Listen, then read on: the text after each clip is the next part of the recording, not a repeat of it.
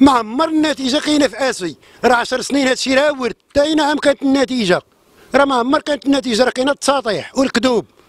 راه ما عمر كانت شي حاجه اللي كتفرح داخل اولمبيك اسي. وخير دليل فينا هي كانت سالينا على واحد اللجنه اللي كان كيطبل بها ويغيط بها السي احمد غيبي رئيس مكتب مديري لجنه القوانين والانظمه. مشات لجنه القوانين والانظمه، اش ولات من لجنه؟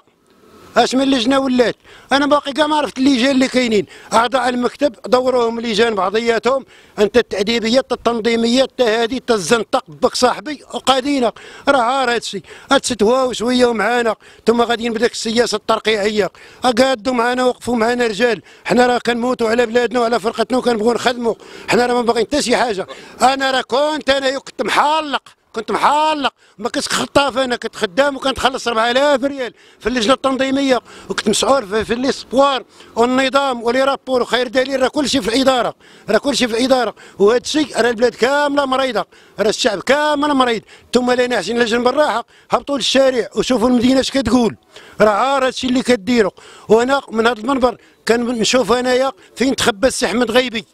المدير المسؤول، فين كاين؟ راكم منخرط يجي يوقف معنا يشوف معنا، راه مشينا للهويه ضحكت علينا خنيفره، عار عباد الله هذا الشيء عار، وعيقوا وفيقوا، وانا راه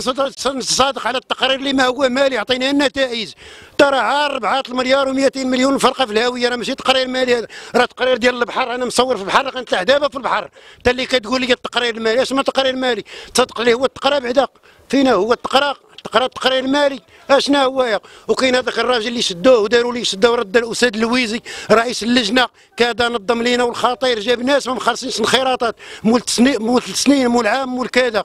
على هذه فين باقي تزيد تقول لي صادق؟ انا نهز